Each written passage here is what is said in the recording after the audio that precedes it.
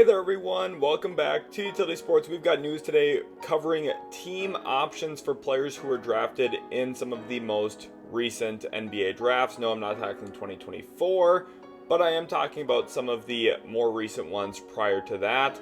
And we're going to get into it now, jumping into first MarJon Beauchamp. Shams Charania of ESPN here tweets that the Milwaukee Bucks are declining forward MarJon Beauchamp's fourth-year rookie option worth $4.8 million in the 2025-2026 season.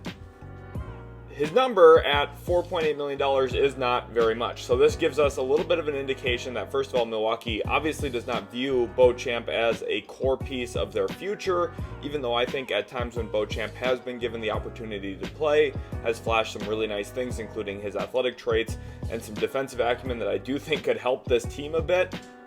Especially after the Doc Rivers hiring. There just has not been a lot of opportunity, not very many minutes for MarJon Beauchamp to really showcase who he is, what he can be as a player. And even though I think Milwaukee could utilize that athleticism, speed, and some of the cutting skills that Beauchamp has as well, it appears that Milwaukee will not be retaining MarJon Beauchamp. And this also, while it does give them a little bit of salary flexibility, which is going to be very important, especially given some of the Giannis trade rumors we have seen recently, video coming out on the channel tomorrow for that, by the way, make sure to stay tuned. I really don't think declining this option gives them that much flexibility because it also opens up a roster spot that they will have to fill at some point. So really at most, let's say you replace this $4.8 million slot with a minimum contract, say around $2 to $2.5 million, depending on the experience of the player you decide to sign, you're really at most saving about $2 million, which is not very much. To decline this team option, I thought was pretty interesting, especially on a rookie scale contract for a guy you just spent a first round pick on a couple of drafts ago. I thought it was pretty interesting to see them pass on this option, and I think it kind of gives us indication that Milwaukee, first of all, they're not really confident with what they have internally in terms of some of their young talent. I do like some of their young guys. I think Beauchamp and Andre Jackson Jr. are two guys that I could have seen sticking in Milwaukee for a while, but we haven't seen that opportunity given, especially post the hiring of Doc Rivers. And now let's get into some of those Los Angeles Lakers news here as well. As Jalen Hood-Schifino has his team option worth $4 million for the 2025-2026 season decline. So this is a third-year team option. Remember, Beauchamp's, if we compare, was a fourth-year team option right here.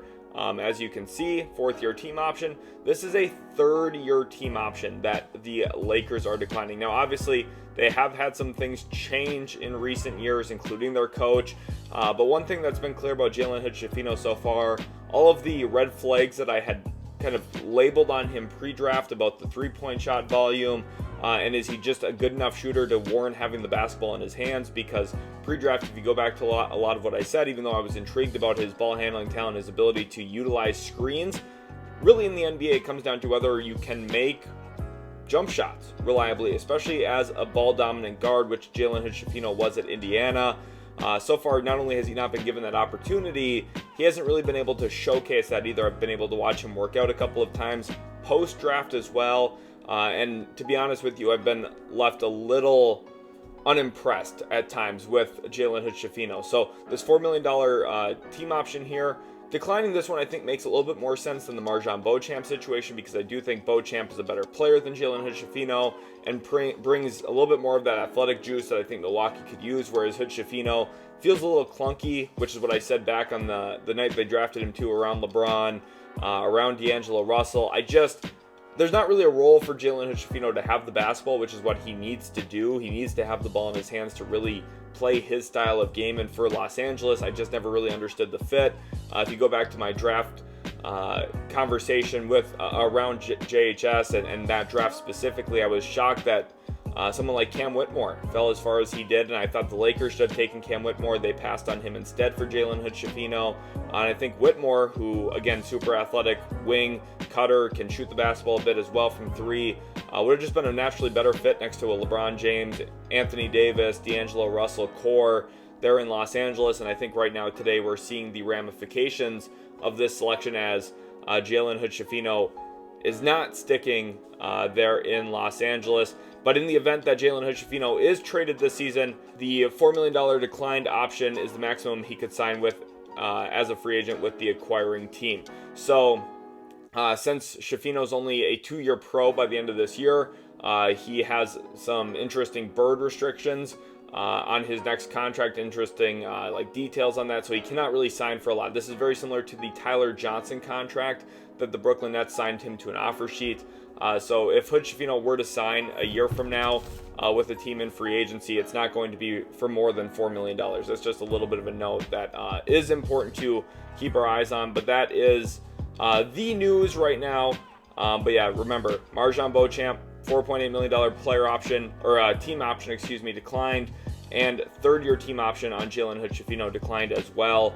I hope you guys did enjoy today's video. If you did, make sure to leave a like, subscribe to the channel for more content. It would really help me out here. Not huge news, but remember, we've got more videos coming out on the channel, so make sure to stay tuned for that. We'll see what happens with MarJon Beauchamp. Where does he ultimately land in the next couple of years? How about Jalen Hood-Schifino?